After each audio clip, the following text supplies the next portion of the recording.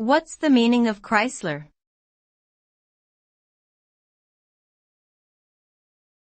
Chrysler.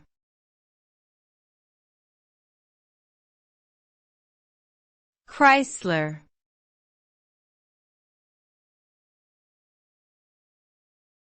Chrysler.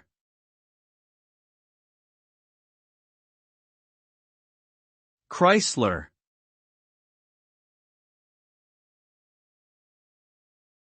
Chrysler is the name of an American automobile manufacturer. The company was founded by Walter Chrysler in 1925 and quickly became a major player in the automotive industry. Chrysler is known for producing a wide range of vehicles, from luxury cars to trucks and SUVs.